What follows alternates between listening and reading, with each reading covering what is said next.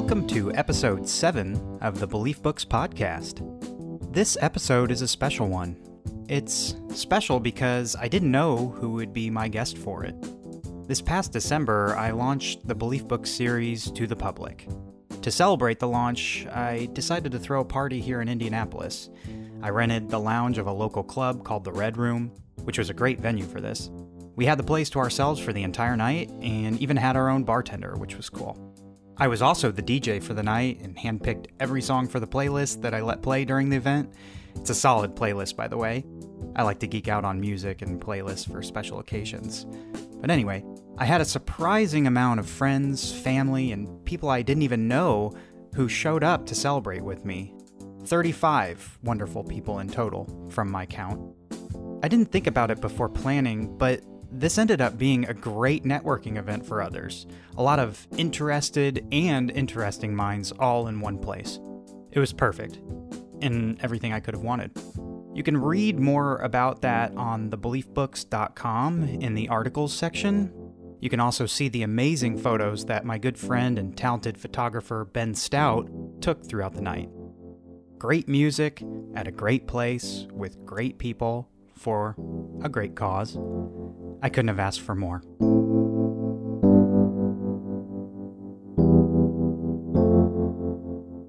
I'm pretty open-minded. If anything, I'd like to learn more. So if you think you know something that I don't, I'd be yours. I would listen. And then I would try to tie it into what I already think I understand. That is Martina Manns, my lucky guest for episode 7. One of my friends at the event was Hannah Saunders. She ended up inviting one of her friends along, and I think you can guess who that may have been. But I'll let her tell you the story. During our conversation, we talk about a lot.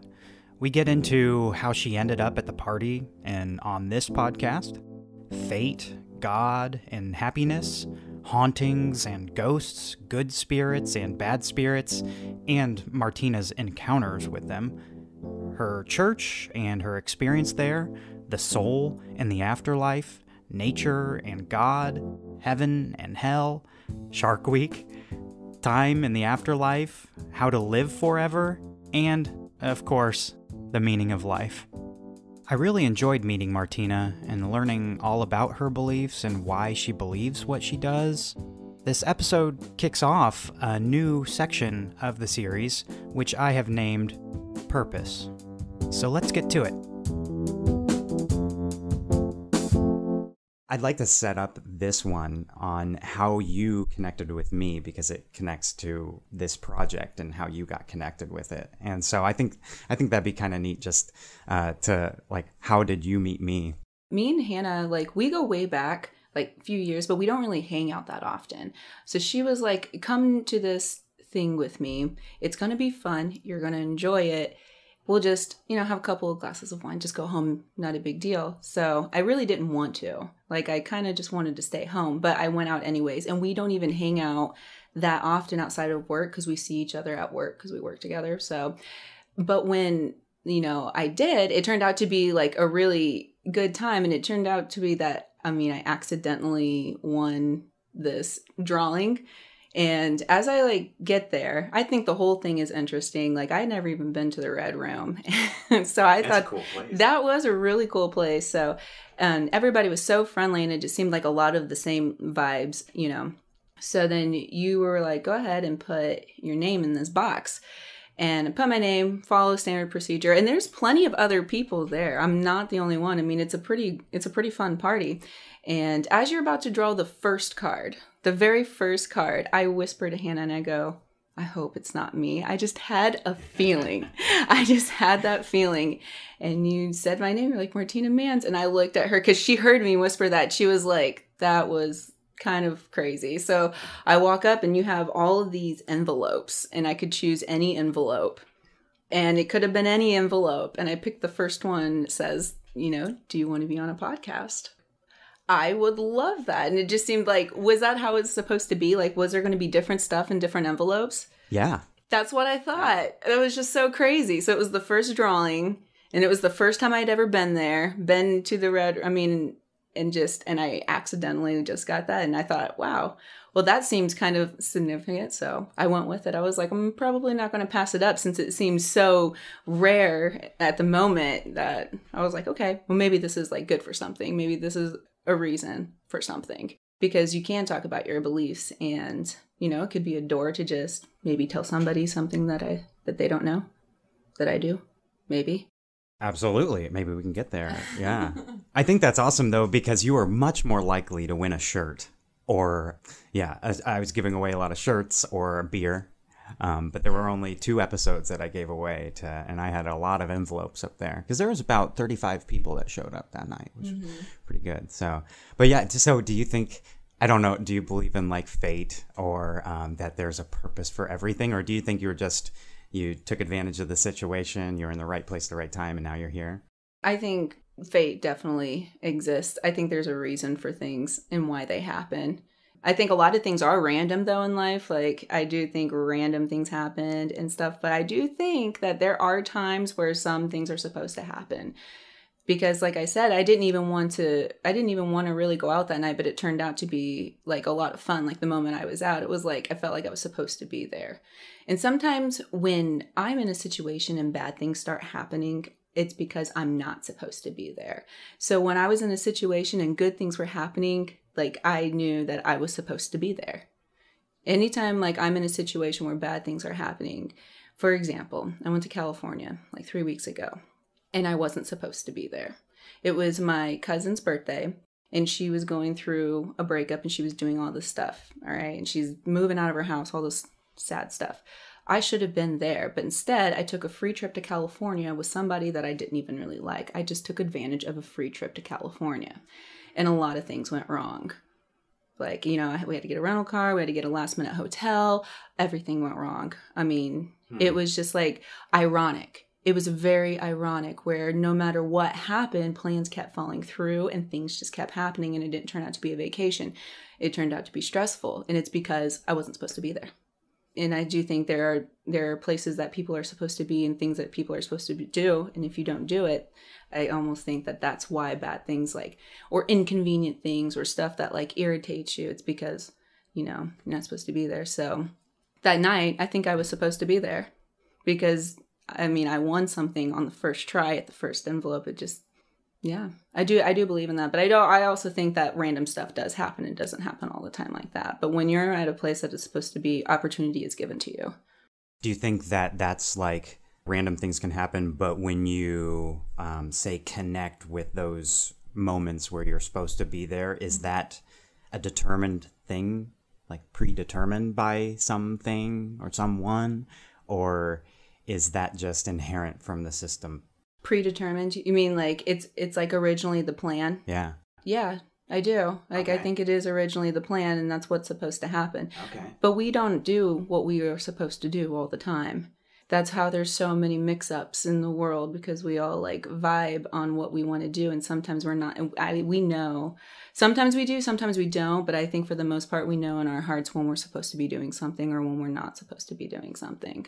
And, you know, if we just kind of like follow that. And some people say that it's God, and that's when faith can come in, you know, like, you know, this is why I feel that way. But I think it's definitely a spiritual connection with that. But things definitely just happen for a reason, but it's not, you can't think too much into it, because if I'm going in one direction and you're going in a different direction, then I can't think too much into it, because you're not going in the same direction. Like, what if you were? What if we were supposed to go and you didn't? Then it would just redirect. It's like rerouting, like on a GPS. Like, if I'm going over there, then it'll find another way. So just because that didn't happen, and maybe it should have, something else that's supposed to happen will happen too. And it's kind of like, if it's supposed to meant to be, it'll be. It's like some people when they break up with somebody, like if it's going to happen, then it'll reroute itself back to that, no matter how much you run away. But it's not even just relationships. It's with everything. Like right now, I'm an artist. I know I'm an artist. That's the one thing I knew about me ever since. I mean, people go through identity crisis, especially when you're a teenager and you're confused and you start learning about the world. The whole time I knew I was an artist. I'm an expressionist. That's what I do. Just because, you know, I'm working in like accounting, that doesn't mean that my life isn't going to direct the where I know I'm supposed to be. it will. And sometimes like those relationships and those experiences that you have, and you just got to kind of take them in as they go. And not everything is going to fall in line. Like, just an example, like God, like, why would you do this to me? I don't deserve this. This isn't fair. I'm supposed to be over here and I'm not. Why am I not? And it's because, maybe I've done something to redirect myself over here, but eventually if I'm going to be there, it will reroute itself. And I think some people are rushed. They want to be right there, right when they want to be. And I think part of the biggest thing about living life is just taking it in and being content with what you have and just allowing it and just trusting that it's going to get there. The journey, not necessarily the destination. Exactly. Absolutely. Yeah.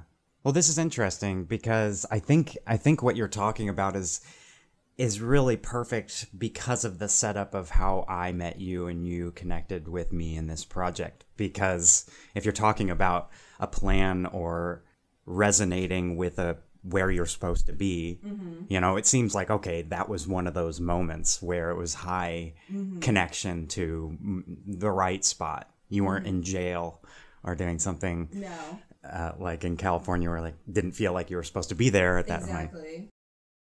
But you, so you'd mentioned God. Would you attach that to a plan from an entity? Because I think God, a lot of times I think people think God is a person and he's not. He's an energy. He's a feeling. He is what this whole thing is. So like happiness is God. And this is like one of the things that was in my manifesto. Like there are 3 things that I think that you do need to reach happiness. And that's having a relationship with yourself, a relationship with God, and a relationship with other people. Those are your 3 like interdependences. And a lot of people like to avoid the relationship with God. I don't know. I mean, there's a whole variety of what they think, and that is fine. But as long as you have a relationship like me, like it's me and him, like nobody else can tell me what I'm going to do to be a sinner or to be unhappy. But I think he wants everybody to be happy. That's my personal opinion. And a lot of people think like Christians, like there's this stereotypical like image on them that they're two-faced and just, what goes on in a church. And there's just a lot of stuff behind how Christians look. But I think God wants us all to be happy. And I don't think it has anything to do with anybody. It's what's in your heart. So then the bad where you get bad feelings from, there's negative feelings, there's jealousy, anger, and things that just make you bitter and upset.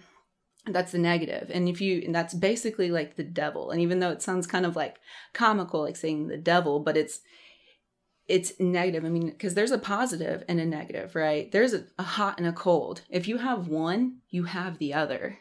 And so anytime we indulge in those negatives, that's when we find unhappiness. But if we keep focusing on what makes us happy, I think that is what will lead us to God. So he's only going to lead us in a direction where we find happiness. There's no other way because he's good.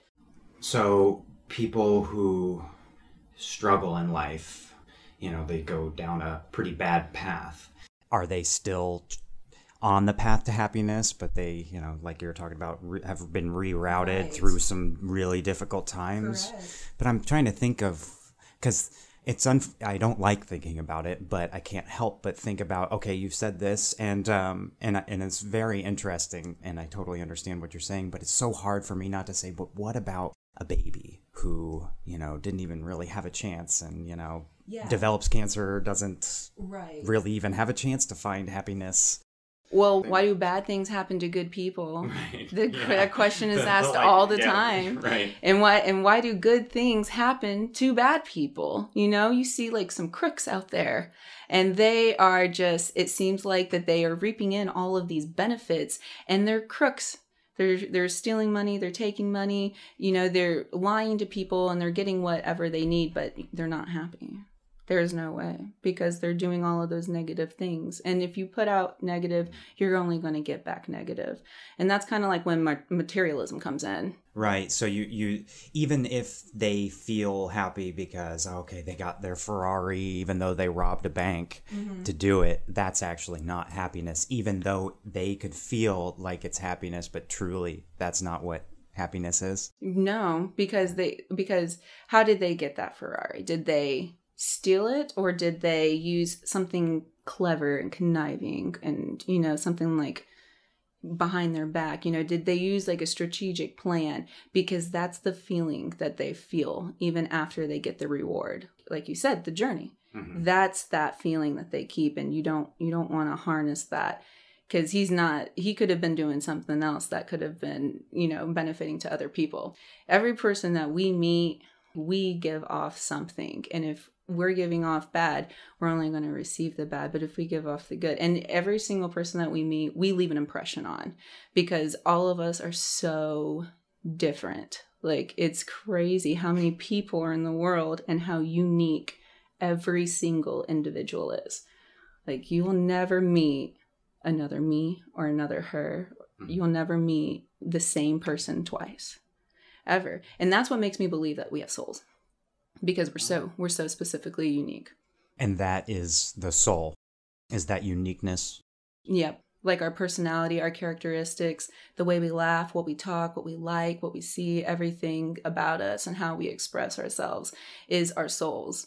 And sometimes we get so caught up in like that materialism, like that Ferrari and that bank account, and that's not going to last forever. Our souls are supposed to, though. My personal beliefs. Your soul will last forever. So anything that any of that stuff that we, like, if we are doing something bad to somebody, then for what? For what benefit? Because I'm not going to lie, I'm not exactly an angel myself. So I've done some things where I've hurt people's feelings, and I've been confrontational, and I've done some things that I'm not necessarily proud of, but I did it because I felt like I had to. But I was benefiting my family, my friends, or my circle. But I would never do that over something materialistic, because those don't last forever. I think people last forever. So what is forever? So, okay, someone's passed away. What is that? So that person has a soul. Does that continue on into another realm? Mm-hmm. I think so. I don't think that this is the end. There's too many times where I've come into contact with a spiritual sense, and I think we don't know what it is, and it's nothing that we can even possibly imagine. It's something so far beyond our way of thinking that we won't know. None of us knows until we get there. But I do think that it exists, because like hauntings, like, is every single haunting fake? I don't think so. Because even if I see somebody with a Ouija board, I'm like, get that out of here. No. Like, because those are negative energies. Get that out of there. And like I said, if there's negative, there's positive, because there's an opposite to everything. And a lot of the times people can believe like the negative because it's strong. Negativity is so strong. Like, you get like 10 good deeds, but you two of the 10, those 2 bad deeds out of the 10, those 2 are bad. People pay attention to it, that negativity is strong, but that doesn't mean that there isn't good. There's always good. There's always like, I'm going off subject. There's always like a pro and a con, but sure. Rewind. Where was I? Talking about a soul continuing on. Yes. Yeah. So I really actually didn't, I grew up in the church. And which church? It was a non-denominational church in Rensselaer. It was actually in Saint Pierre, very small town, smaller than Rensselaer. And this is in Indiana? Yep. Okay. And was this a Christian church? It was a Christian church. Non-denominational means that we don't put a title on it. Oh, okay. Yeah. Right. Okay. So like you have your like Baptists and Pentecostal and like Catholics. We were free-spirited. Like if you wanted to go there and raise a flag, you could raise a flag, you could pray, you can do anything. We never judged anybody, and we didn't even give ourselves a title. We just called ourselves a church, and we were non-denominational. Mm-hmm. Very eccentric church. And sometimes people who I would bring outside and bring them in, they would be like, what is this? I mean, because people would be all over the place and just shouting and dancing and doing whatever they wanted. Me, I mean, I never did that. My mom did, though. I mean, that's just the setting that I grew up in. So even then I had like my skepticism. So even though that was like, okay, you look at that and you're like, I don't know if I believe that. I don't know if I, what makes them want to do that? And you start to get skeptical and you're like, okay, whatever.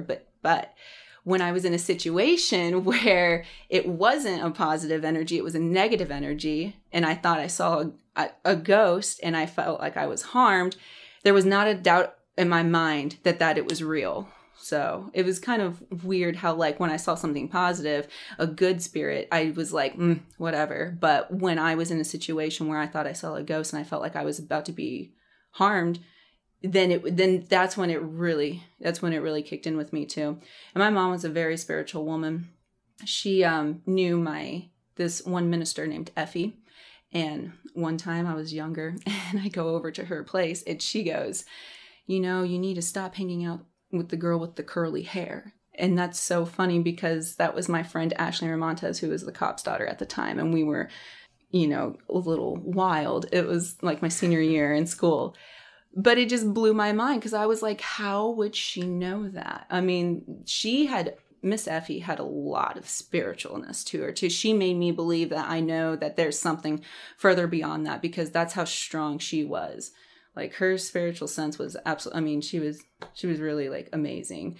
But you'd have to come in just contact with you just have to come in contact with them because they'll show you, like, even if it's, like I said, a ghost, or if you go to a really powerful minister who really believes that, they'll show you that there is something further beyond that. And then I kind of forgot about it. I mean, I went to St. Joe, continued living my life. I forgot about it. And it wasn't until my mom passed away that I started to think about the afterlife. Where'd she go? Where'd she go? Like, is this what we are? This life that we live here on this earth? Is this it? I mean, I really, really, really, really thought about it between what I learned at St. Joe and between, how I grew up in the church that I grew up in. It made me think about it realistically, not just on a fantasy of just hoping. It made me really wonder. You were kind of forced into that because of what had happened. Mm-hmm. And it was unexpected. It was a car accident. Oh, jeez. Yeah, you never really see that coming. But the only thing I kept thinking was, where'd she go? Mm-hmm. I didn't think that she ceased to exist completely. I'm pretty sure that there's something else. And one day, I was talking to my friend Jackson about this. I told him, I said, what if there is nothing out there? What if I spend my life, just trying to do what I'm supposed to be doing based on, tradition or something? What if there is nothing and I could be doing all this stuff, getting the Ferrari and, just living my materialistic life here? What if I did that instead? And he goes, that's not what I'm worried about, because he's kind of atheist. He goes, what if there is something? And I'm like, that's funny. So, like, the believers are thinking, what if they're not? And and he's thinking, what if there is? So there's always like that little bit of doubt that'll make you think, like, what if? But yeah, I mean, that's pretty much what I stick with. And he even reversed my thinking. He's like, because he's not atheist or anything like that, but he does believe that what you do on this earth is what you do, and this is it. You only live one life. And a lot of people do, and I think that's fine. I think you can do both. I'm trying to do both. I'm trying to spread that positivity, but live my life to the fullest at the same time. It overlaps. Right. So you're preparing for what could be after, as well as soaking in this, because there is one thing that we absolutely are sure about, is that we do have at least this life, so we can all agree on that. That's what I'm saying. Because even if we go on to this other life, it won't be anything like this. This will never be like this again. And even as time continues, we're starting to find ourselves in situations where life 10 years ago isn't what it's like now. It's almost like that's even like a different world. I mean, like, once she passed away, we had to find the new norm, and it's a completely different world. So nothing, and I think that goes with every day. Like, you just got to love everything that you got every day. But I think there's a plan. I don't know for sure. I'm not promised, but I'm pretty sure there's a plan for me, for everybody. So do you think that this life is preparation for something much bigger afterwards? Or are you going to be in the driver's seat after this? So your soul continues. Are you going to be a conscious agent controlling what you do? Maybe you want to play poker for the rest of eternity. Well, that's a really good point too. Yeah. I don't know what to expect. I don't know if I think that too. I think, how God is everywhere? He is. He's everywhere because he's not a person. And I had one teacher at Father Kevin at St. Joe. He told me, he goes, a lot of people think that the Bible is a history book, and it's not a history book. Like he's not a literal thing. So I think when we, like my mom, like if she went off with God, like she's everywhere. Like a lot of the times after she passed away, I felt like she could see me everywhere I was at. And I said, I can explain like every day because she saw everything. Like now I felt like she could see everything because you become everywhere. And I think that's how it like ties in with nature. And that's why I love nature so much, is because nature pretty much is God. Mother Nature is kind of God, in my opinion. I'm on board with that. Yeah, like just like that energy of like, like how a caterpillar turns into a butterfly. Like what's the science behind that? Some people do call it science when we can put it under a microscope and see literal things, but it's just like that energy alone is God. It's that energy to make things grow, to make things flourish. I mean, the fact that we live on a planet the size of a moon, perfectly away from the sun, perfectly, like Venus and Mars, one's just a hair too close if you look at a large scale, and one is just a hair too far away. And we're perfectly at a tilted angle, so it can mix up that hot and cold into a perfect climate enough to create the largest variety of life. Like we're trying to find other life on planets, bacteria. Like we are looking, and you see our own planet, and it's just flourishing with, we still don't know how much life is on this planet. That's how much is on this planet. I mean, and I think that is God. Like he all makes us, and I think we are made in his image, and that's why we are so unique. That's why we are so different, because we are, how they say like God's an angry God, God's a jealous God. Like that's where some of our emotions come from.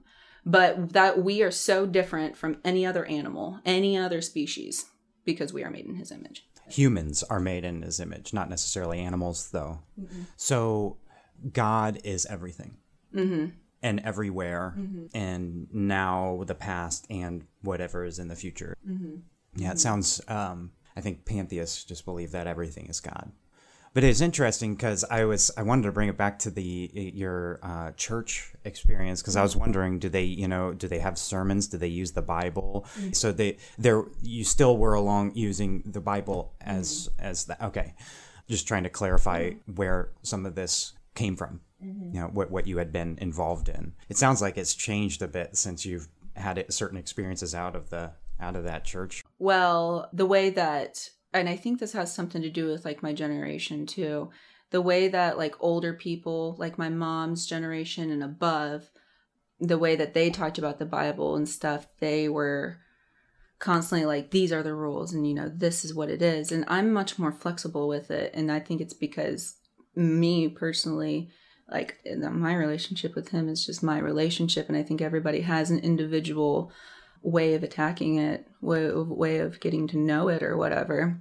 And I think, and sometimes, and I've been in discussions with, my uncles who are still part of a Baptist church. Like I think gays can go to heaven because that's what makes them happy. When you die, that happiness in your heart is where you go. That's my opinion, because that's eternally what you're living in. So if you're always being like greedy and selfish, and just that's that eternal feeling that you're going to be living with. Like when we pass, that's what we're going to hold on to. And then that determines whether or not that's what I think too. So I think that you don't have to go to church every Sunday. You don't have to follow these rules. I think it's something to do with like your personal well-being and your personal existence.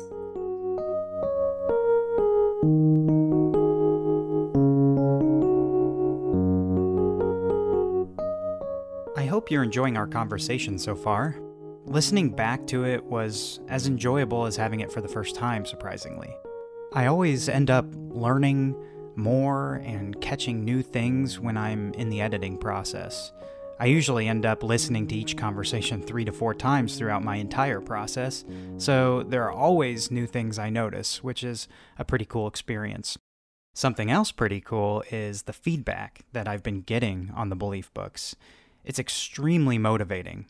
And this episode's fan mail comes from my guest, Fergus Bauman, of episode 3.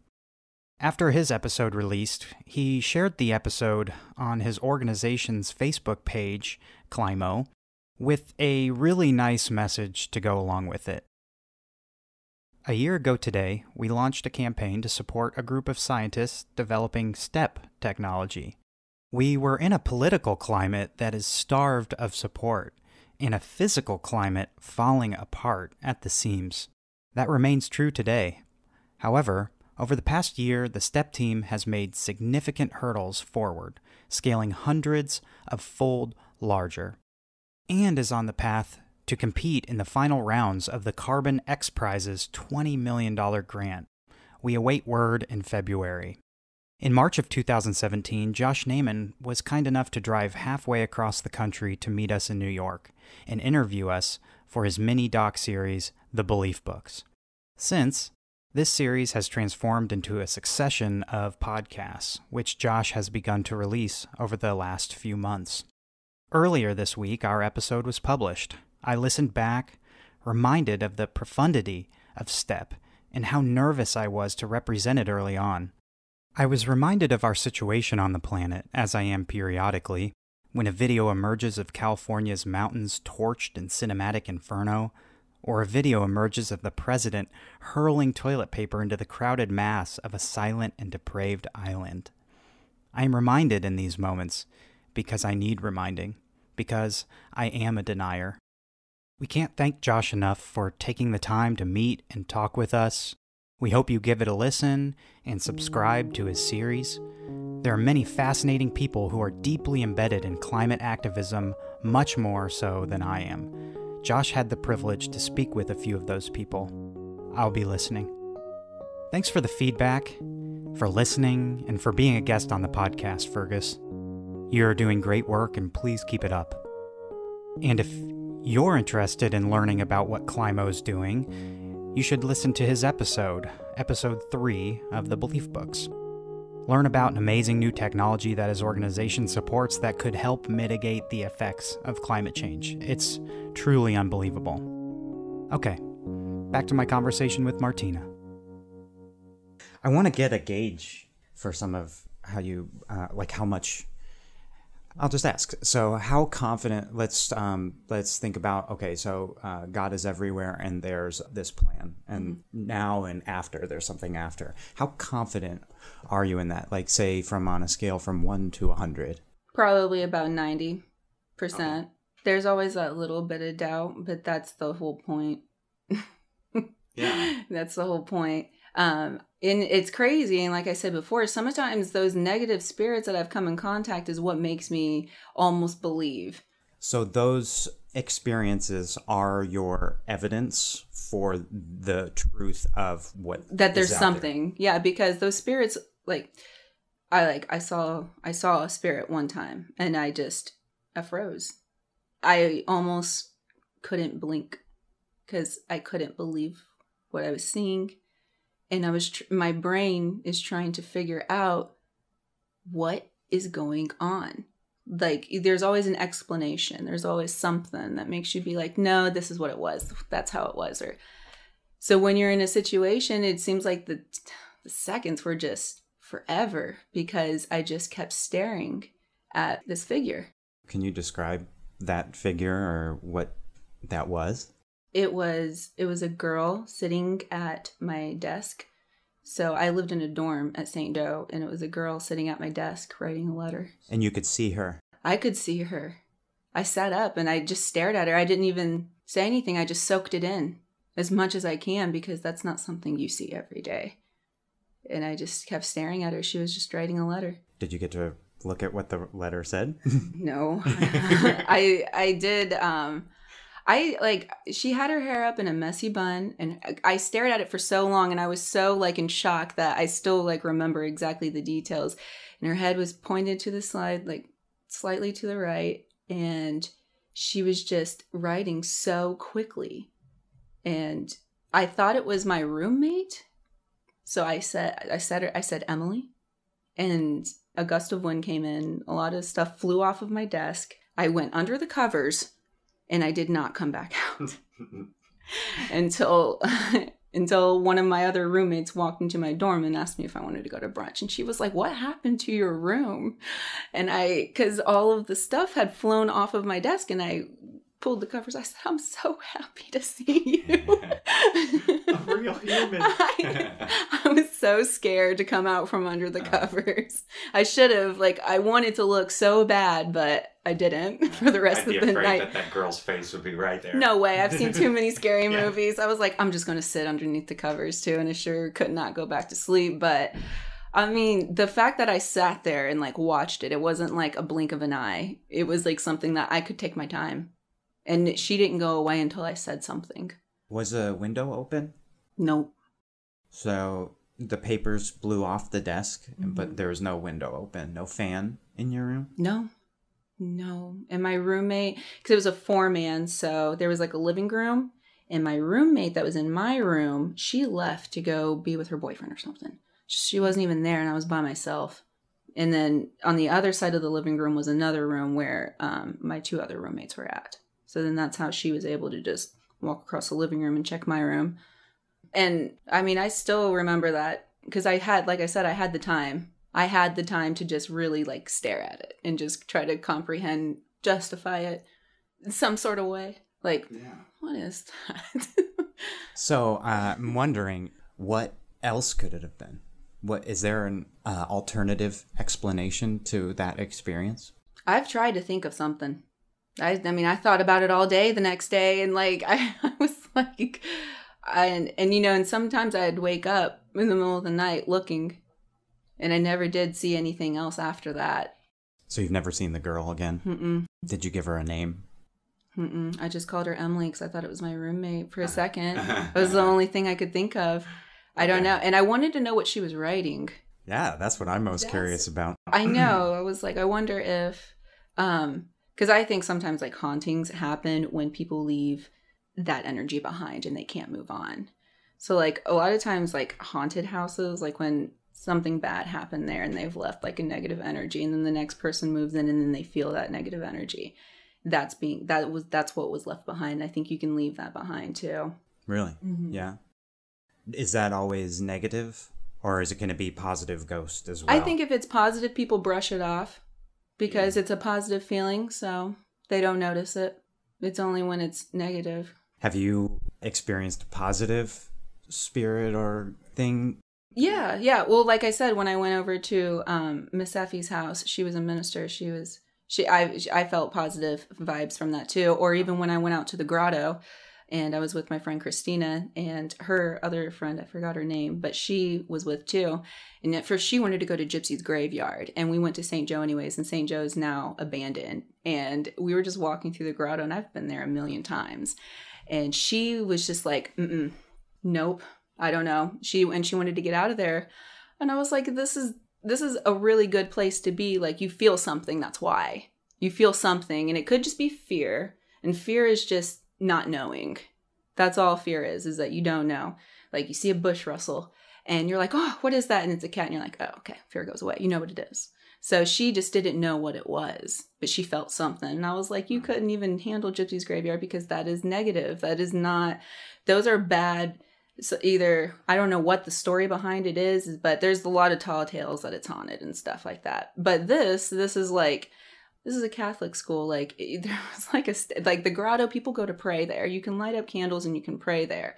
So that was definitely something that was, I mean, I think that was a positive energy, and I think she felt it too, and I think it scared her because we had to leave after that. I'm out of here. She said, this is enough, I'm done. Yeah. And she's not a believer, but she felt something. And I wanted her to explain, if you don't think, then why are you feeling fear? Because it's still unknown. Exactly. Yeah. It is. Mm-hmm. I think a lot of people resonate with what you're saying, energies as well. You had mentioned a lot about connecting with energy or certain moments where that's where you're supposed to be. What would it take to change your mind that isn't the case? I'm pretty open-minded. If anything, I'd like to learn more. So if you think you know something that I don't, I'd be ears. I would listen. And then I would try to tie it into what I already think I understand. That's why I don't think other religions are wrong. I don't think we know what's going on after we die or what's on after this.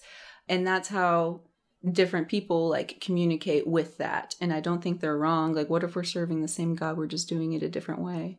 And that's why I put a different like twist to Christianity, because sometimes people think that Christians are like, no, don't do that. And this is the right way. And this is the way you're supposed to go. But really, I think they need to be, if you're not, then I'm a Christian and I feel like they aren't wrong either. I don't think that I'm wrong and I don't think they're wrong.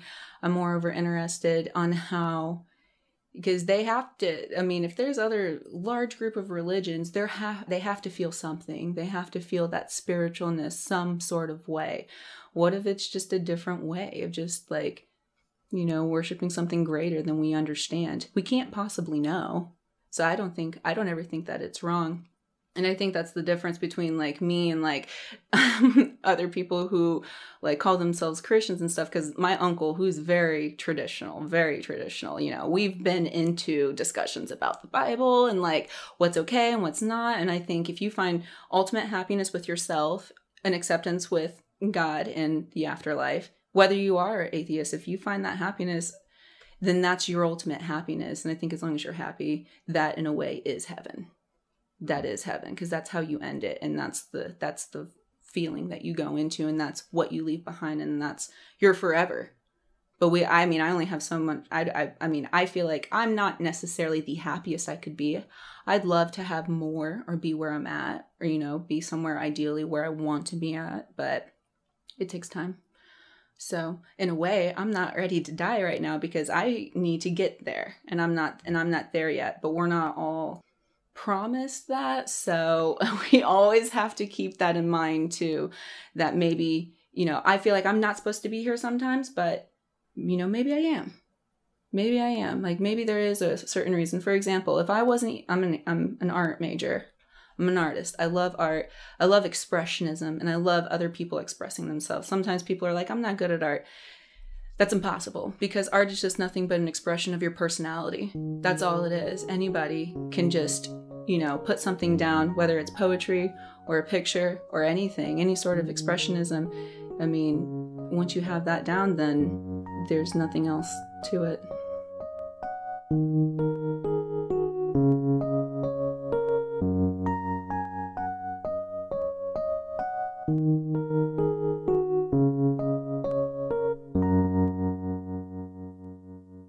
You had mentioned heaven. So since you mentioned heaven, do you believe that there's hell? Absolutely. I almost follow along to Dante's Inferno when I think of that. So like the 7 deadly sins, like that's your hell. Whatever you fall short to, like greed. If you've lived your whole life as a greedy person, you're going to hell, and that's the sin that's what you're going to be spending the rest of your eternity in, is greed. But you gave that to yourself. You allowed it to yourself. I'm not perfect, so I fall short.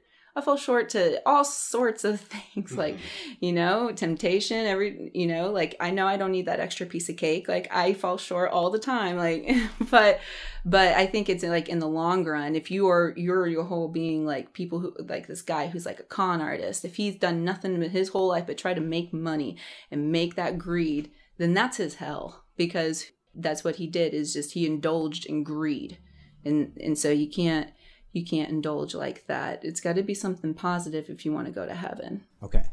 And this is eternal? Mm-hmm. Okay. So is the God that is the God that you have the idea about? Because traditionally, because I grew up in Catholicism, so it was God is all loving, God is all powerful, and all knowing. Do you believe that those are 3 major tenets of God? Mm-hmm. Okay. So here's where I get hung up with hell. So when I was really young, like way too young to be thinking about death, I think, I would sit and lay in bed and think about what would happen when I die, or like what happens after you die. So I just wrestled with that. And I wasn't like more than 13, even younger. But I don't understand how, number one, if God does love everybody and he knows what's going to happen, how could he possibly set up a situation in which someone was, say, greedy or was a con artist for 70 years, but that determines the rest of eternity for that person. Do you think, is there a way that you can get out of hell or redeem yourself, or is that the trajectory? I think it's the time on this earth. That's once that time is up, though. And that's not even really up to me. That's up to him and you on whether or not he feels like you've allowed more negative in your life, or if you've allowed more positive things accepted in your life. And then it kind of goes from there. I think it's an overall picture of your whole existence, not just like a few times that you fall short. And I mean, if you've like spent decades of that's what you loved doing, was just completely ripping people off and getting rich. If that's the majority of your existence and that's what you did to people, that's your ultimate say. Because like I can be mean to somebody, but my overall existence is not to hurt people. I think I'm a helper. I like to listen, and for the most part, I don't want to offend anybody or hurt anybody. I mean, I will, don't get me wrong. Like there have been times where confrontation isn't easy, or I say an opinion that other people don't agree with. It does happen, but for the most part, my overall well-being is I'm open-minded, and I'm completely open to the good that's in my life, and I try to give the good back out. And so that's how I think I will reach my ultimate happiness. And when you die, when you're at that ultimate happiness, that's when I think you go to heaven. But like the only contradictory thing that I have with that is that, I'm not ready to die right now. So I don't think I'm at my ultimate happiness right now, which puts me in a very, because then that's why there are things that I do that are oftentimes covering up, like drinking, for example. Like I think you can drink, you can enjoy the finer things in life, but when you indulge in like being, drunk, then a lot of bad things are happening because I'm indulging in something that is not necessarily good. And then that's when like things are said that shouldn't have been said, mistakes are made because I've indulged in that. And that's not good. So when you do something negative, you're going to get something negative back. But that doesn't mean, just because I did something on a Friday night doesn't mean it overlooks on who I am as a person, as a whole being. Mm-hmm. Like you want to make sure that your whole being is, for the most part, good. For the most part. Mm-hmm. That you want to like help people. I think so anyways. Sometimes people are selfish and they like to do whatever they need to do to get what they want, whether or not they have morals or ethics. And everybody thinks that what's right is right. Everybody thinks differently on that. Sometimes we can't all agree with everybody. But that's why I just surround my people with like, who are like-minded like me. Because if they don't think like me or whatever, that's fine. I don't care.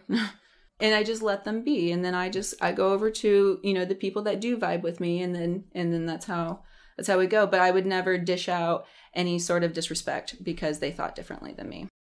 Yeah, I'm trying to think of, say someone grows up in a region of the world where they're isolated in a certain bubble. Like I'm thinking about, like a terrorist organization or something like that, where that's, someone's born into that and then you're just stuck in that, where who knows if they even know what good is, because what they're doing has been told that it's good. So I'm trying to think of, okay, I'm God. And I know that you're not supposed to put yourself in God's position, but I can't help because I try to ask the questions. What are your reasons for this, God? So is this a fair system? That's my question, because someone could grow up in this bubble, maybe not even know the concept of God, and go on a particular tangent that misses his intention completely. I'm just wondering, do you think that what happens in 70 or just say 100 years in someone's life, is that a fair system to determine the rest of eternity? Okay, so you're talking about like terrorists. Yeah, or anybody who does something wrong. Like you could even go down the rabbit hole of a Stalin or a Hitler. Like they still, okay, they're absolutely not good, right? They did no good. However, they were born and then they became the people that they are based on a plan. And it just sounds like people like that were just set up to fail and go to hell for eternity. Like they had no chance. Maybe he was supposed to, like Hitler, for example, his plan was to rule and be an influential person, but instead he let hate control it.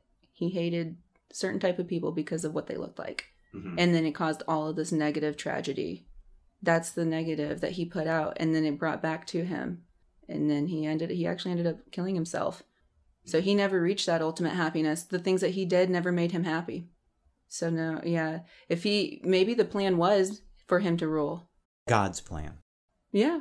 Okay. Yeah, for his own personal plan. Yeah, maybe it was his plan to rule, but he did it out of anger or whatever his motive was. So, do you see God like setting up a destination, but we can determine how we get to it? And so that's how you can, okay, so the free will comes in and that's how you can have a Hitler. Well, that's not necessarily Yes. God, because God gave us free will. You're saying that then you can go veer off his intended. Yeah, because I think who you are meant to be, like, you'll eventually like discover, like, if he knew that he was supposed to be, like I said, a leader, that's who he was supposed to be. But that doesn't mean he could have used his gift or skills to cause harm. You don't want to cause harm. That's the dividing line in the road where I think, God probably gives everybody a plan, and not everybody is supposed to be like a celebrity or anything like that. And I think that's one thing that people have a problem with, is that we want to feel so unique and special. Like, a lot of people, I heard an article about how people want to be rich and famous. Like, the generations that are coming up, they all say they want to be like there's like a statistic out there. I don't know the exact words, but people want to be rich and famous. They want to be known for their own personal self. We never want to we want to feel like individuals. So it's like, well, I feel ordinary. I work this 9-to-5 job. What's the whole point of this? And not everything is going to be, okay, well, your plan is to be in the history books. Your plan is to be, one of the most loved, well-respected individuals. Maybe, there's nothing wrong with simple living. And I think that's when people need to come to terms with themselves, I think there's a plan for everybody, but it's not all going to be like, it's not, every single person can't be a celebrity. What do I want? I don't want that, It's too late. You being on this podcast, you're going to be famous now. Finally, just fell in my lap. If this is his plan. Yeah. Okay, I'm going to take free will out of it. I'm going to take the human aspect out of this system. So you believe that God started the dominoes, if you will. I like to use dominoes because, like, maybe he hit the first one and then... But does he know all of those dominoes and how every single domino is going to fall? Okay, because I think about when I get to free will, and then I think about, okay, I get it with human, but what about, say, a tsunami or a tornado where there's humans can't determine an earthquake. That has no correlation to free will. Ultimately, if God set up this system, Earth forms with tsunamis and earthquakes. How do you explain that? Natural disasters? Yeah. That's just, everything can't be good. That's why I said, stuff happens. Stuff happens all the time. Like, sometimes there's plans, and then sometimes, excuse my language, but shit happens. Like, sometimes they are all over the place. Because of that free will, we're able to do whatever we want to do, and we bounce off these energies to other people, and who knows? We can't expect nature to do anything. Like, we are actually very submissive to nature. The air that we breathe, the water that we drink, we need those. So in a way, it gave us life. It can take it away, which is God. So nature is just God. If you wanted to throw a tsunami in there, it almost kind of makes me think, like, it sounds a little bit insensitive, but did we deserve it? Have we done something to the planet? Have we made nature mad? God mad in any way? Do you think that? Yeah, I do. We take and take and take from this earth because we have to have it to live, but we also use it as a luxury. Like, somebody once told me, man was able to take enough from the earth gave us enough for what we needed, but not for enough how much we greed. It can't fill our greed. So sometimes when that stuff like that happens, it's really sad anytime there is a natural disaster, because like I said, people are individuals and sometimes people aren't ready to die. So when that happens and it's unexpected and things are cut short, that's when it's devastating. And when it's unexpected like that, it's like, oh, I didn't plan for it, because I guarantee you if people knew that that was happening, they'd be on their knees praying to something. That's the unexpectedness of it, and that's why it's so devastating. But sometimes I do wonder, when things like that happen, there's a reason. There's a reason why it happened. Mm-hmm. Okay. Mm-hmm. Maybe we're looking at it like as an individual. So like individually, like, what did I do? I didn't deserve this, But maybe we should start looking at our species as a whole, like humans. Did we deserve a tsunami? Because across the earth, we're drilling holes and spilling oil and doing all this other stuff. It's almost like Shark Week. Okay. Like sometimes I don't like to watch that because it makes me think about all of this stuff. Like I know we do stuff for like research and we want to know. Like that's the thing with us, man. We want to know. We love information. We want to understand it and we love to pinpoint it. We want to research it and dig down deep. That's what we do. But sometimes I don't like how they take the fish out of water and drill holes in their fins so that we can track them and see where they're going and stuff like that. And then they're like, well, shark attacks. Do you know how many sharks we kill accidentally and how many shark attacks there are? It's ridiculous. And now we're looking at these sharks. That's just an example. But now we're looking at sharks like, oh my God, they're terrible. And it's like, why? Because they killed 4 people this past year and we killed like thousands. And it's like overlooked. So sometimes we're like, why me? And it's like you're looking at it as like an individual. But I think as a whole, like we should look at everything like we are a species. And I try to lessen my carbon footprint, and it's really hard. I mean, we're already, kind of like you said earlier with a different subject, we're already put into this motion without us even signing up for it. Like, you know what I mean? We're born, they tell us, go to school. You have to go to school. That's when your schedule starts. That's when you have to start waking up. I mean, there's stuff that you're supposed to do. I mean, and we didn't sign up for that. I didn't ask to live in a world where I have to, pay bills and drive a car. I don't want to drive a car. The car is bad for the environment. I wish I could live off of the land, ideally, but that's not, we were put into this situation, so we can only make the most of it. Yeah, you could drive a Tesla. Yeah. I know Elon Musk is working on that with the Series 3. Yeah, it's unbelievable that it hasn't happened sooner, because there's tons of business opportunity that I can't believe that some of these large companies aren't doing what Elon Musk is doing. I mean, that's one company. I mean, he started multiple companies, but there's such missed opportunity. But that's a whole nother tangent. Yeah. I think it does trickle back into how you're talking about we treat the earth, and therefore that gives back to us. I'm trying to understand more specifics. So does God know that tsunami is going to happen? Yeah, he way before when he started it? He kind of doesn't. He does let us do. I mean, I think that's the part of the free spirit. I mean, that, or the free will, he kind of lets us do that. And a lot of those energies that we get are energies coming from the people that we interact with. If I hang out with somebody who's manipulative, eventually I'm going to feel that too, because I'm socializing and I'm understanding and I'm communicating and I'm picking up something. You'll pick up something from everybody.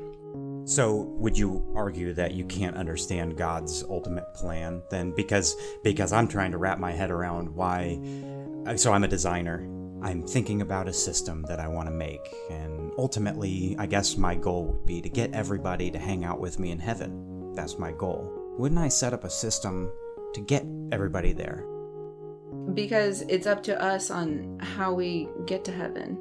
It's up to us on how we live our lives.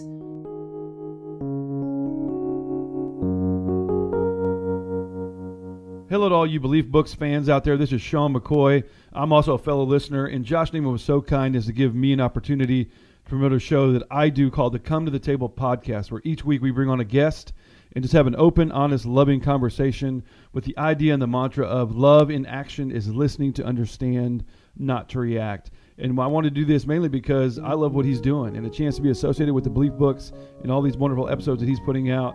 We wanted to jump on board of that because I'm a fan as well. I've listened to all the episodes. I love what he's doing. I encourage you guys to keep listening to what's going on here. There's some outstanding information, and we're just happy to be a part of it, and we're happy to be Patreons as well. We encourage you to do that and support his work.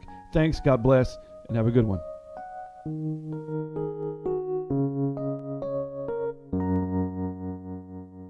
That was Sean McCoy from the Come to the Table podcast, which I highly recommend listening to. It's been such a cool experience connecting with other podcasters doing great things and even being able to be a guest on other podcasts. In fact, sometime in the next week, another podcast called Snarky Faith will release an episode that I was a guest on, so be on the lookout for that. And I can't tell you how special it is to already have supporters of the Belief Books at this stage. It gives me so much more motivation and resources to do more of this and to do it better. So thank you to my official patron listeners, who are Greg Naiman, Nana Naiman, Eric Roche. To my readers, Meltem Yetis, Serdar Yetis, and Berk Yetis. Çok teşekkürler.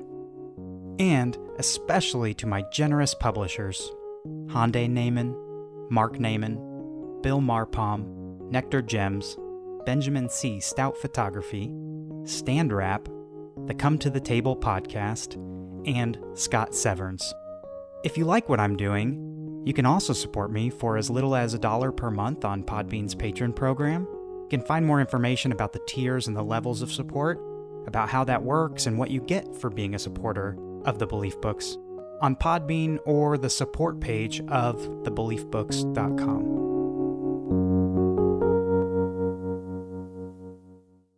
So I'm going to go back to I'm God, and I'm designing this system. Why not just make heaven? Because there's a lot of suffering. We can agree on that, regardless of how that comes to be. There is suffering. Yeah. That happens a lot. Why not cut out that part and just make us in heaven? What do you think his goal is to send?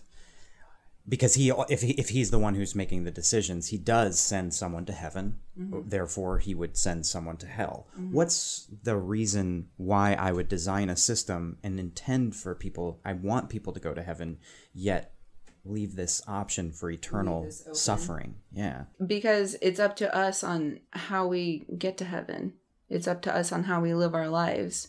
So he wants you to determine if you get there. Yeah. Rather than just poof, you're here. Yeah. The destination, not necessarily, the journey. Yeah, because that'll define on whether or not he can judge you to get into heaven, whether or not you are of good, basically, or if you're of pure heart with good intentions. I mean, for the most part, like I said, you can fall short to anything, but for the most part, if you are of a pure heart, I think that's how you get in. But he can't just start handing out, like, I mean, it makes us who we are. I mean, it makes us experience our own souls. If we weren't in this world understanding that there is good with the bad, then maybe it's like one of those things where you just don't realize what you have. I mean, sometimes I believe almost like in reincarnation, where if we don't get it right the first time, he'll send us back out there.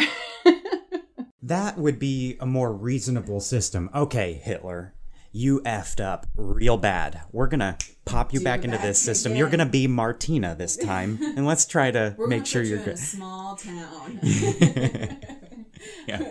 I could get behind that because I think, okay, because reincarnation's so fascinating, but I think, okay, maybe there's a way if, I don't think it is, because I think that the universe continues to expand, and so therefore it's going to be a big freeze. But I loved the idea of there's another theory that everything expands and then comes right back together, and the Big Bang is just infinite. Mm-hmm. And so maybe each one of those is just a reset. And so I loved thinking about that. But unfortunately, scientists have told us that actually it's more likely that it's going to be a big freeze. So do you think like the fact that this Earth that we are living on with all this crazy life between animal life, plant life, insect life, just different forms of life, like do you think it's just ironic that we just so happenly Or do you think that we were meant to be here? I don't think it's ironic. I think it's a progression from what we know. Like, okay, you're in this right spot within our solar system, the Goldilocks zone, as they like to call it. And okay, so you get the conditions right, and you get a spark of some material starting to become life, and you let evolution take over within that system. And so it's just a progression of the system and evolution of that system. And up to as complex beings as us, but because that's what time can do, millions and millions, billions of years. And so, it's hard to fathom, but I don't think it's very enticing to want to, for me, and I would imagine a lot of people are in my boat, where you see something, you're like, wow, that's unbelievable. Or like my consciousness that I'm thinking and thinking we're talking about what God could be. That in itself is fascinating. But I do think it's a progression from the natural system that we're in. And this is actually a good segue into what you can maybe help me with. Well, that was kind of like the dominoes, like you said, like maybe he set it up, like all of the ingredients, and then just and let it go. And that's like when I talk to people about this, it seems like that's a pretty common one that people can get behind is, he set up this universe but you had to get all of that stuff to make it perfect. He had to get all of that stuff, like the fresh water, the air, everything, our climate, like everything about us, this earth that we live on. He got it all there, and then he let it go. Okay, so in order for this stuff to be, it had to be created somehow first. He had to get the dominoes before they could fall. Okay, so is God one of those dominoes, and there was something that created God before that? No. So that's the ultimate start. Yeah, he was the one that started it. So how was something created out of nothing? You just have to have the right ingredients. He just put all the right ingredients together, and he just knew. Time is not even... he doesn't even know what time is. He is like time. Time is just infinite, right? Like after you die, you don't even really, you think there is time in the afterlife? I think it's going to be so different from where we are right now, but I don't think that it'll be time. So it's just almost like whether it take a day or 1 billion years, it's still the same thing. That would feel the same in the afterlife. Yeah. It's interesting to think about. Yeah, I was wondering if you had a particular vision of what heaven is. Do you see yourself doing the things that you love to do, or helping people, or talking to people, or is it just completely unknown? I do. I think it's unknown. I don't think that I'll be a ghost, a spirit like that. I think I'll just be an energy. I think I'll just be in the air. I don't think that I'll actually take on a form that you recognize. Will you know that you're in this form? Like you'll be conscious after this as well? Yeah. So you'll know what's going on. You'll be in the air. Yeah. I don't think I'll have any control over it though. Like I don't think it's as free as, and that's why I don't necessarily, that's why I don't really like maybe get along with some of the churches, because of how I think and how I interpret the Bible and how I look at it.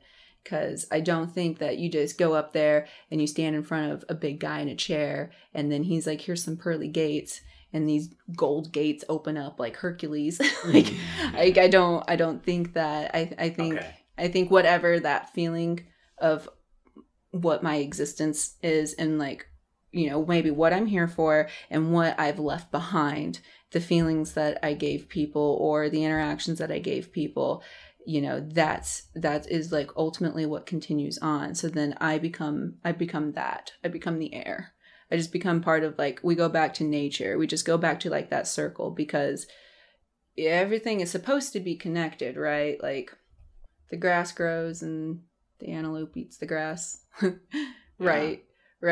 Everything's connected. Everything is supposed to be connected. So you go back to that. And like that energy is God in the first place. So it's like, when you pass on, it's like, don't worry, she's with God now. Like she's with everybody. She's part of this motion of existence and creation.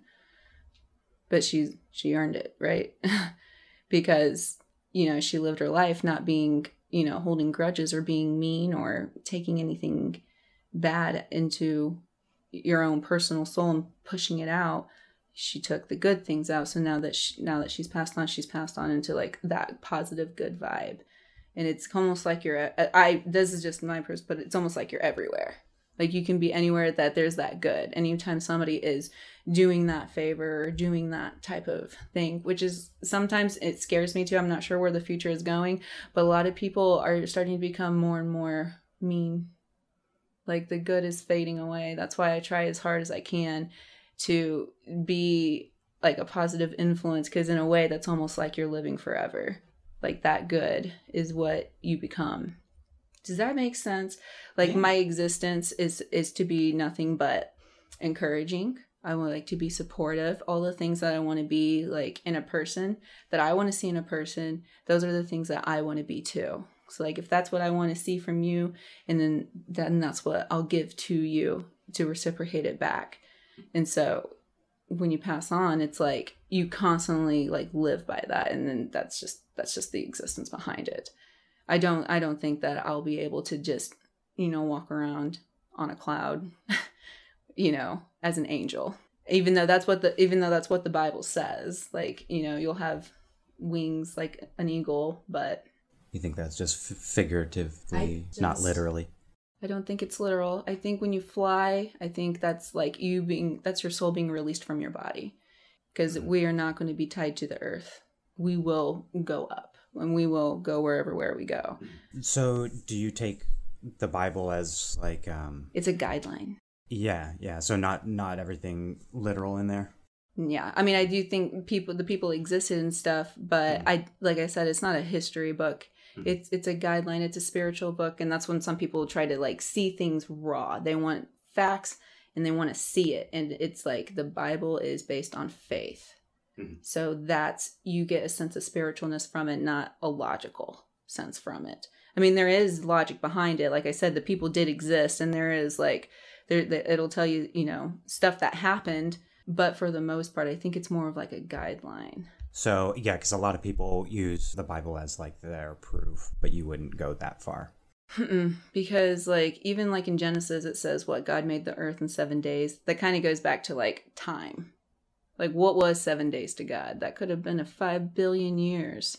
But that's the spiritualness that you get from it. Like maybe those are just like the steps, or that's just an easy way for someone to interpret. But it probably took, I believe in like science, it took forever for us to get to where we're at right now. But time doesn't really exist to him. So although we say 7 days, we're thinking literal. Yeah, our human 7 days. Yes. Okay. Yes. Okay. So if you wouldn't come to someone who didn't believe what you do, so they've sat in this conversation, they're like, okay, I get what she's saying, but the Bible is not her tangible proof. You've stated that the spirits or those experiences with ghosts or whatever is your tangible evidence. But what would you say to someone who hasn't had those experiences? What would be your best way to explain that this is true? I think they would just have to be open-minded to it, because if you're constantly shutting it out, then that means you don't want to hear it. Something could be just blatantly in your face, and if you don't want to see it or hear it, you're going to ignore it. They'd have to be open-minded to it, and they'd have to want it. I mean, they'd have to want to know. And if they don't want to know, then that is their own personal belief. I mean, if they're already stuck in that, we're probably going to have to find another subject to talk about. But I mean, if they were open-minded enough and they were like, okay, I'm ready, let's hear it, I'd probably, I think a negative energy will stand out further than a positive one. We'll brush off the positive ones. Like they are almost like non-existent, because we're in good standing, we're in good health, we're fine. Why would we notice like a positive spirit flying around? We would just consider us being in a good mood. Yeah. But the negative ones, if I'm already having a good day and then I feel threatened for no reason, maybe it's because I'm in a house or I'm in a graveyard or something and I feel threatened, that's probably where I would take them. I would take them somewhere where those negative spirits, and then I'd be like, don't worry, there's bad ones and there's good ones. And that's That's what that's what I would do, because there is, like I said, an opposite to everyone, and the negative stands out a lot further. So as much as I wouldn't want to, as much as I have experienced those, and my heart stops and it scares the crap out of me, and I wouldn't want to do it again. If somebody was really determined, I'd probably take them somewhere where there were spirits, just so that they could see that there is an afterlife. And sometimes I do think spirits can take on a physical form. I think you can. Like the one lady that you were mentioning that had a lot of energy that you felt? Yes. So it can be not physical or physical.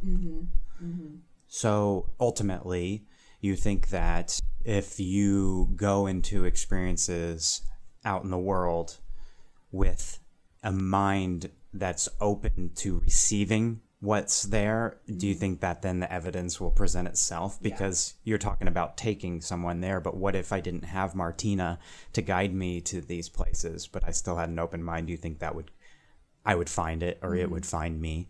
Yeah. If you had an open mind about it, but if you're constantly disregarding it and you have no interest in it, that's with any subject, then you won't gain anything from it. You'll get nothing from it. You're not going to harness that. You're not going to even think about harnessing it. So it won't enter your mind. You got to at least be curious. Can you take me to those places? Yes. So we can do a part 2. We could. We could. Like Mooney's Road was like another example where I saw something. Have you heard of Mooney's Road? I think that actually made it on the History Channel at one point because it was such a mystery. So it's this tall tale. It's out in Francisville, up in the middle of nowhere by Rensselaer. It's in Francisville. And like, I'm probably not going to get all of the facts straight, but legend has it that this long time ago, this boy on Mooney Road out in the country, he killed his mom and dad. And he took his lantern and he walked down the street to the tree and hung himself. Now, without a doubt, that's negative energy. That was something angry, that something happened. There was murder. That's not, and obviously that's not part of God's plan. You're not supposed to kill other people because that's bad. You don't even supposed to do the good stuff. So now if you go to Mooney Road and you park your car next to this tree, turn off your car, there will be nothing on this road. This is out in the country. And if you sit there long enough, you'll see a light. And it'll be just a tiny light. And it'll get bigger and bigger and bigger. And it's supposedly him carrying the lamp to the tree that you're parked next to. And I saw the lamp. And there was nothing there. And trust me, I want to push the limits. I want to see how far I can go with this. We sat there for a long time watching this light grow until without a doubt that light was close to us. And we started the car. I tapped out. I still wonder what happens if I didn't, but I was scared. Tapped out because there was a light and it was growing just like legend has it. And this was the one and only time that I went out to Mooney Road. And as soon as the car started and we went down there, we drove towards the light because now we're in a car. So, like, if we see something, if it's a person, like, we're at least in a car and we can drive away. Like, there's so much more safety when the car's going. And we drive towards the light to see what it was. And it disappears. Do you think if you walked towards it, that it would have been different? I wish, but I didn't have the nerve to do it. None of us did. And I was with 3 other people. Did you have a video camera? See, I need to go back out there. Part 2. Mm-hmm. We'll go with this, my Zoom, and we'll have audio, and we can take a camera, and we can just maybe do our discussion, part 2, and then just wait. It was just so weird because it's out in the middle of nowhere. And when we first turned off the car, it was pitch black. And like the light grew. And when we drove up to it, it disappeared. Like you could have almost like justified it, but we drove up to that light to see. And as soon as we got close enough to it, it just disappeared. My parents thought I went to the movies that night, and I didn't. Well, now they I know. Now they know the truth. Now they know where I was really at. They were like, "How's the movie?" I was like, "Oh my gosh, it was a little scary." You just make up that story and say that was a movie. Yeah, pretty much. I mean, it make for a good story. I would imagine a lot of hauntings and experiences probably spark people's imagination to create these interesting stories and stuff. Yeah. Do you think it could have been someone who lives out there who just likes to wait for cars to sit there and then goes and then messes with people? How would they disappear when we are if they're on foot and we're in a car and we drive right up to them? How would it just disappear? I mean, this is an area where it's just plains. This is Indiana. There is no hills. There is no trees. There was no tree. There was one tree, and that's the one. And it's dead, too. It's an ugly tree. It's a big, it's dead. Like, there's no leaves on it or anything. And it just disappeared. I mean, I don't know. And when I was with that one girl, we went to St. Joe. She was like, let's go out to Mooney Road. Let's go out to Gypsy's Graveyard. No, let's not. Because she was an atheist. And she was like, I don't believe it. And she didn't want to believe it. And I was like, like, am I signing up for this right now?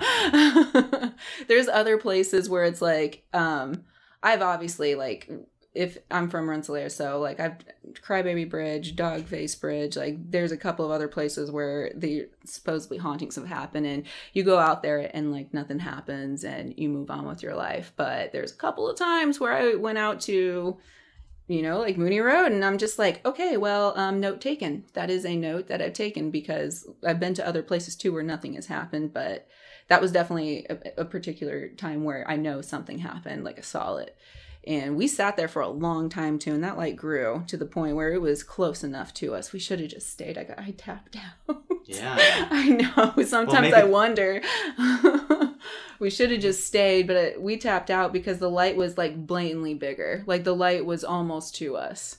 And it's just a tiny little spark. And at first, like, you sit there and you're just like, is that it? No, that's not it. That's just, and it's not a headlight. Because it's walking, it's only one, and it's walking. It's definitely not driving. It's nothing fast. It's definitely something slow enough to where it looks like a walk. Yeah, and it's like, what is that spark? And then you sit there long enough, and without a doubt, it's now a light. Like, now it's not even a spark, and we're squinting our eyes. It's a light, and it's grown. Now there's, without a doubt, I can see the light. And I'm glad I took her to St. Joe, because I wasn't trying to do that. I was like, that's all the way in Francisville. And me and my friend Christine were like, no. And like I said, we went out to St. Joe instead. And she went out to the grotto, and even she was kind of freaked out right then and there. We were like, this is nothing. This is a piece of cake compared. And I told her that too. I said, you wanted to go out to Mooney Road. You wanted to go to Gypsy's Graveyard. Like, you would not have been able, you would have had a heart attack. So you said that there was this documented in would you say the History Channel? I think it was on the History Channel. Yeah. Okay, so maybe people can look this up and see some stuff about it, because I'm sure people will be interested. You can actually look up St. Joe too. I mean, St. Joe is where a lot of particular, like, hauntings have happened. And that was a Catholic school. So even though it was, like, non-denominational, I went to a Catholic school for college, and they were really good about opening my mind to it. That was one of the reasons why I like St. Joe's, because they did touch up on every single type of belief, like starting with, psychology, like how our brain works.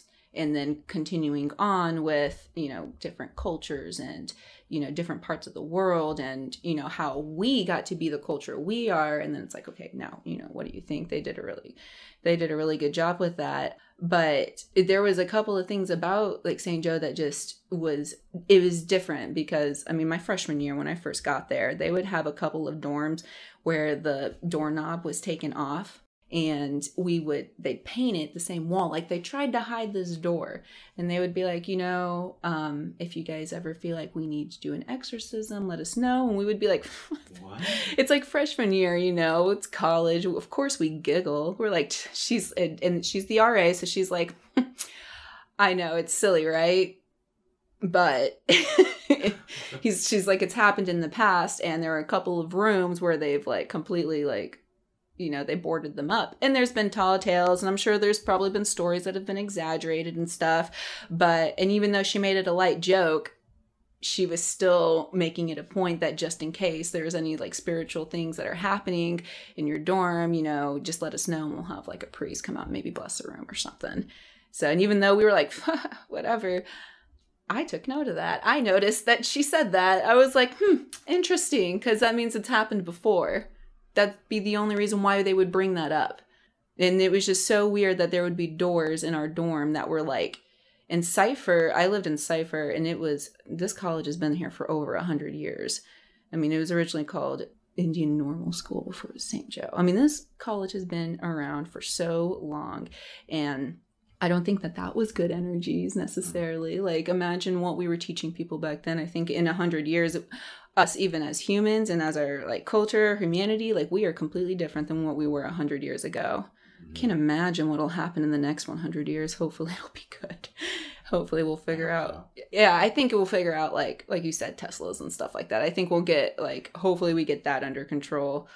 Gas emissions and plant more trees and stuff. That would be really good. Yeah, there's nothing wrong with going that direction. I have to rewind for a second. Sure. Did you ever have to do an exorcism or know anybody at that school that took advantage of that? No. Interesting. Because if I saw something, like I said, that one time I saw something, I didn't even really want to talk about it. Like when I saw, well, it kind of, thankfully this was like 4 or 5 years ago. So, I mean, for a second there, I didn't even want to talk about it. I didn't even want to share with people. So I didn't even really tell anybody but my close friends. Because it just seemed so weird, and revisiting that memory of terror.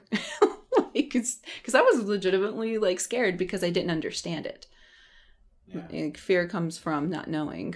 So I didn't understand that at all. Like, no matter how much I wanted to, I was like, that is what it is. That's something you don't see every day. So, but yeah, no, there was never any exorcisms that I know of, but there's a lot of tall tales, that's for sure. And if you ever talk to anybody that goes to St. Joe, they could probably tell you a couple of things.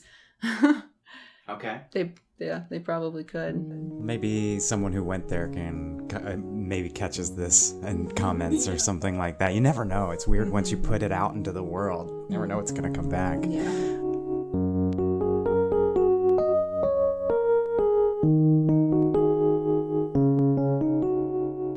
We hit on a lot. I feel good about, first off, that I know you better, and trying to, like, my whole thing with this is just trying to understand as much as possible about like what beliefs are out there and why people believe what they believe. So it's always enjoyable for me. I enjoy these conversations. And like I said, I don't really have like a for sure knowledge. I don't know for sure. So these are just all of what I feel internally between what I've been taught and between the experiences that I've had. It's a good combination, but I'm still figuring it out. And that's why I still remain open-minded. If somebody else had a strong belief, I'd listen to them. I wouldn't necessarily maybe believe and jump on board with what they had to say, but I would definitely listen. I would. Yeah, I really do. Because I don't know, and I think all of it is just interpretive. I don't think any of us know. Yeah, you're claiming a lot if you say I know 100% about anything. That you are. I do. But I think your outlook is really healthy. I think it would be advantageous for more people to go about their lives with that openness, because I think a lot of people, and it's even easier today to stay very closed. You can stay in your silo and, and just surround yourself with what you believe and who believes that thing, and keep yourself isolated from potentially so much more, or at least learning more about why you believe what you do and beefing that up because, I know more, and this only adds to my knowledge about this. Exactly. So even when I hear what other people, think or believe, I kind of like construe it into what I already think. Oh, well, that makes sense because I think this, and that. Like, well, that makes sense. And for the most part, I do. Even with like people saying with like science, who believes in science and who believes in, I think it's almost the same thing. That's what I think is interpretive about it, or like different religions. I think, and this is where I come in contact with people who disagree with me. I think it's almost the same thing. Like, they're just doing it their way. They're just doing it completely their own way. I don't believe worshiping a person. Like, sometimes people make an idol out of people. I don't believe that. Like, I believe in worshiping something further than our existence here on this earth. Because whoever created that person, that's who you need to be, like, thinking about. And sometimes people idolize, like, celebrities and stuff. And I don't I don't believe in that. Like, and it's okay to have like a role model and to look up to people and have aspirations and goals, you know, that's fine. But but it'd have to be, that'd be the only thing that I disagree on. If anybody ever like started worshiping a person that lived here on this earth, I don't think you should be doing that. You can honor people, like, you know, like there's obviously a system, like the king, queen, the president, whatever, like, but for the most part, you know, there's an honor that you can, but you're not supposed to actually like, you know, worship them and give them the constant benefit of the doubt that they know everything. That I don't believe. That's not the route to God. Right. Like, but I do believe in respect, and I do believe in that. And there's nothing, and like I said, role models, that's fine. Cool. I like, my mother, maybe she'll listen to this, but I think she'll resonate a lot with you because we get into these conversations and I try to understand her. And she definitely comes to the same conclusion that everybody out there is worshiping towards this same thing. Like everybody's trying to achieve eternal life. Yeah. Would be nice. I've heard people who, you know, then kind of turn it around and they're like, would you want to live for eternity? It's not like time. Yeah, because, okay, so with your perspective, time isn't a factor in that. Nope, you just exist. It's like you're going the speed of light always. That's cool.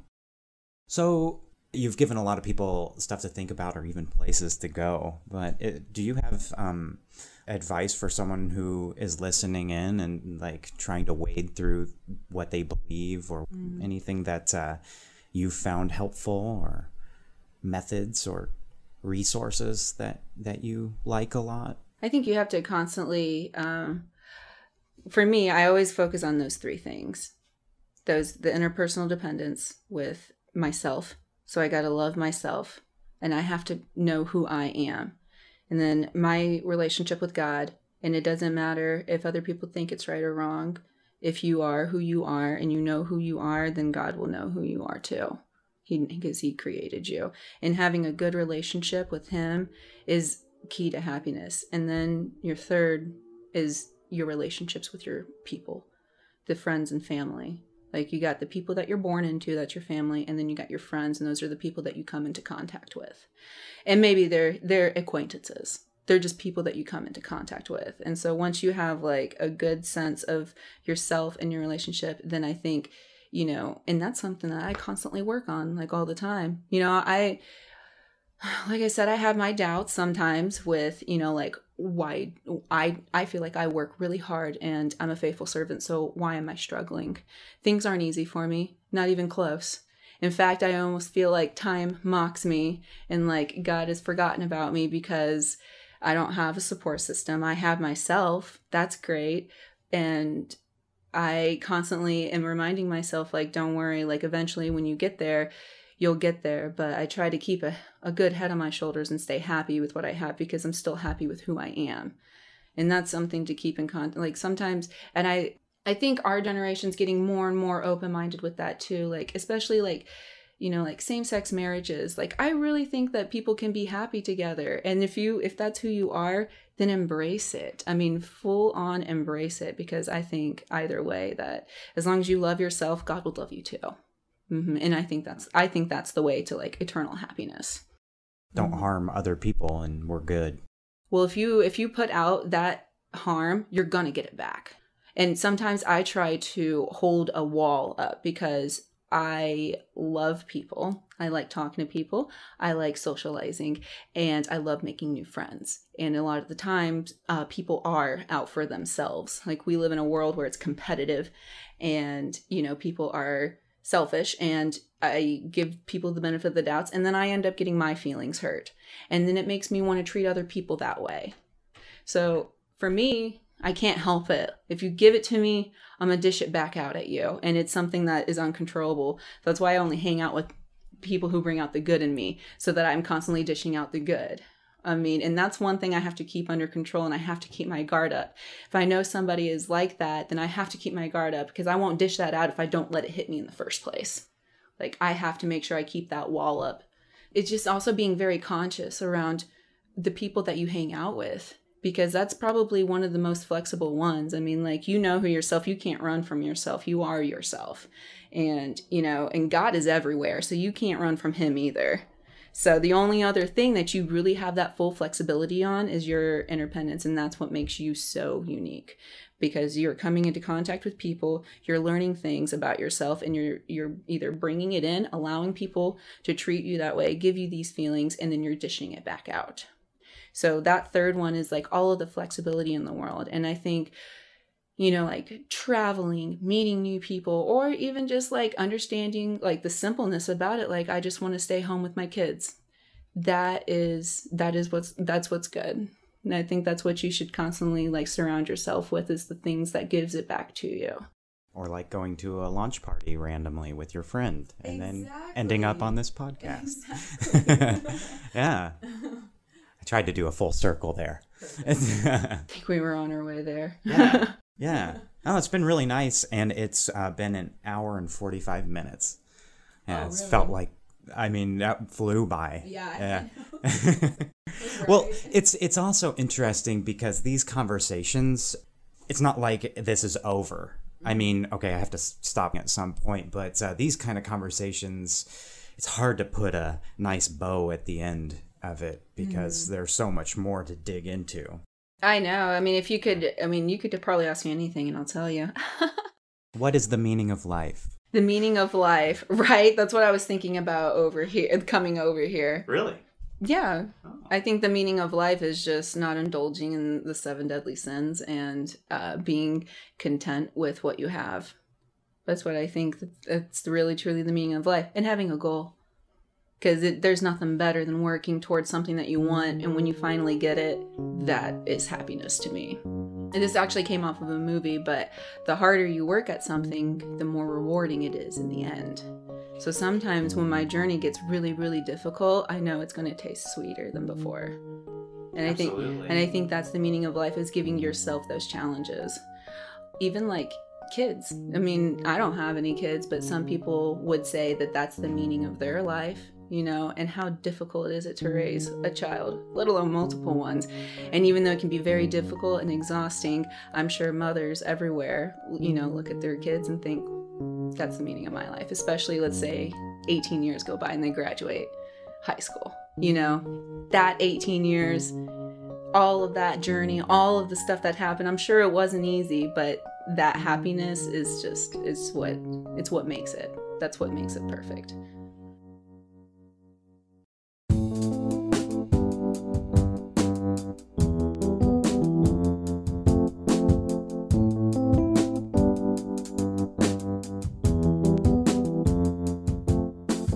So thank you for listening to episode 7 of The Belief Books. And thank you to Martina for coming to my launch party and winning an episode on the podcast. It was a nice surprise for me and a real pleasure. And I hope you gained yet another perspective from another wonderful conversation here on The Belief Books. Please leave a review on iTunes, connect with me on Facebook, Twitter, Reddit, and now on Instagram, or directly on the website where you can listen to more episodes and comment on those episodes. You can also find me on the Theology Corner Network, which is a network of theological-themed blogs and podcasts.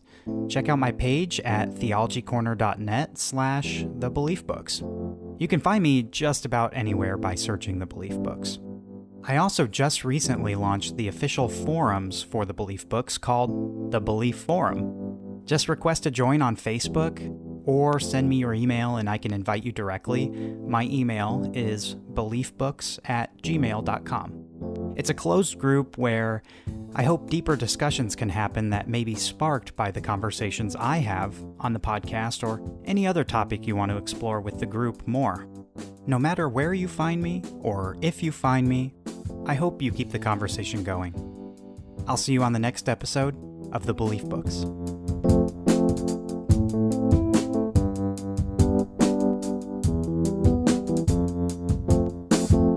Hot damn. That was a great conversation.